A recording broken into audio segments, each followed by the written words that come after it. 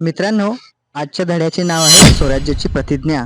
पुण्याच्या नैऋत्येला असलेले रायरेश्वराचे देवालय हे मोठे स्मरणीय स्थान होते. ते 1645 साली एक विलक्षण घटना घडली. शिवराय व आजूबाजूच्या खोऱ्यातील काही मावळे मंडळी मस्तीसाठी तिथे जमली होती. किरी अरण्यात झुडपात लपलेल्या रायरेश्वराच्या देवळात शिवरायांबरोबर कसली खलबत होते, शंकरापाशी कोणते मागितले होते, याबद्दल आपण या धड्यामध्ये पाहणार आहोत. चला तर आपण सुरू करू. शिवराय अजून वयाने कितीतरी लहान होते, पण त्यांच्या मनाची भरारी फार मोठी होती. त्यांनी एक मोठा घात घातला होता. त्या देवालयात जमलेल्या सवंगड्यांना ते कळकळीने म्हणाले, गड्यांनो, मी आज तुम्हाला एक माझ्या मनातील गोष्ट सांगणार आहे. सांगू का? आमचे वडील शहाजीराजे विजापूरचे सरदार आहेत. त्यांनीच आम्हाला इथल्या जहागिरीचा अधिकार दिला आहे. हे सर्व कसे छान चालले आहे, पण गड्यांनो, मला यात मुळीच आनंद वाटत नाही. सुलतानाच्या वतनदारीवर आपण संतुष्ट राहावे का? दुसऱ्यांच्याच ओंजळीने आपण पाणी प्यावे का?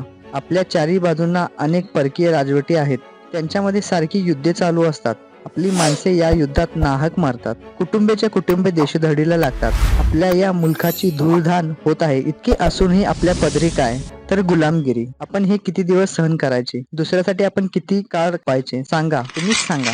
वतनांच्या लोभाने आपण हे असेच चालू ठेवायचे का? शिवराय आवेशाने बोलत होते. त्यांचा चेहरा रागाने लाल झाला होता. बोला बोला. बोलता बोलता ते थांबले. ते तरुण सवंगड्यांकडे पाहू लागले. रायरेश्वराच्या गाभाऱ्यात जमलेले ते तरुण मावळे शिवरायांच्या बोलण्याने थरवरून गेले. नवीन दृष्टीच त्यांना मिळाली. त्यांच्यापैकी एक जण म्हणाला, बोला बालराजे, बोला. आपला मनोदय सांगा आम्हाला. तुम्ही जे सांगाल ते करण्यासाठी आम्ही एका पायावर तयार आहोत. हो राजे, तुम्ही जे सांगाल ते आम्ही करू. आमचे प्राणही देऊ. ते सारे तेजस्वी तरुण वीर एका आवाजात बोलले. मावळ्यांच्या या शब्दांनी शिवरायांना स्फुरण चढले. एकमेकांकडे पाहत ते आनंदाने म्हणाले, गड्यांनो, आपला मार्ग ठरला. आपल्या ध्येयासाठी आपण सर्वांनी झटायचे, सर्वांनी खपायचे, सर्वांनी प्राण अर्पण करायलाही तयार व्हायचे. आपले हे ध्येय म्हणजे हिंदवी स्वराज्य. तुमचे, माझे, साऱ्यांचे स्वतंत्र राज्य स्थापन करायचे. परक्यांची गुलामी आता नको. उठा. या रायरेश्वराला साक्षी ठेवून आपण प्रतिज्ञा करू. स्वराज्य स्थापनेसाठी आता आम्ही आमचे सर्वस्व वाहणार आहोत. सारे मंदिर शिवरायांच्या शब्दांनी घुमू लागले. हिंदवी स्वराज्याच्या रूपाने हे स्वराज्य व्हावे असे श्रींच्या मनात आहे. श्रींचे मनोरथ आपण पूर्ण करूया. शिवराय शेवटी निश्चयाने बोलले. रायरेश्वराच्या देवालयातून सारे मावळे बाहेर पडले. ते स्वराज्याच्या आनाबाका घेऊनच. शिवरायांचे मन उचंबळून आले. ते पुण्यास येताच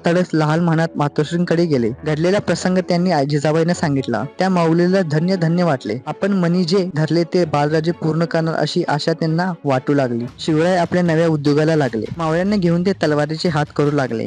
घोडदौड करावी, डोंगरातील आडमार्ग शोधावे, खिंडी, घाट, चोरवाटा निरखाव्या, असा त्यांचा नित्यक्रम सुरू झाला. शिवरायांनी मावळ्यांची अंतकरणे जिंकून घेतली. तरुण मावळे शिवरायांसाठी वेडे झाले. शिवरायांसाठी जगायचे, शिवरायांसाठी मरायचे असे ते मानू लागले. आता शिवरायांच्या हालचालींना उधाण आले. समुद्राला भरती यावी तसे. शिवरायांनी पुण्याभोवती सर्व कोट किल्ले आपल्या सवंगड्यांसह बारीक नजरेने न्याहाळले. चोरवाटा, भुयारे, तळघरे, दारुगोळा, हत्यारे आणि शत्रूंच्या फौजांची ठाणी यांचा खडानखडा माहिती मिळवली. 12 मावळात ठिकठिकाणी काही देशमुख मंडळी आपल्या वतने सांभाळत होती. त्यांना आपल्या वतनात विलक्षण लोभ होता. वतनासाठी ते आपसापसात भांडत होते. त्या भांडणात मराठ्यांची शक्ती उगाच वाया जात आहे हे शिवरायांनी ओळखले. त्याला आळा घालण्याचे त्यांनी ठरवले. शिवराय देशमुखांच्या गावांना भेट देत, त्यांची समजूत घालत, स्वराज्याच्या ध्येयाने त्यांना भारून टाकत. शिवरायांनी त्यांना गोड शब्दाने आपलेसे करून घेतले, पण काहींना दानगाई केली. त्यांनाही शिवरायांनी वटणीवर आणले. मराठ्यांचे आपसातील झगडे त्यांनी थांबवले. मावळ खोऱ्यातील झुंजाराव मरळ, हैबतराव शिळमकर, बाजी पासलकर, विठोजी शितोळे, जेधे,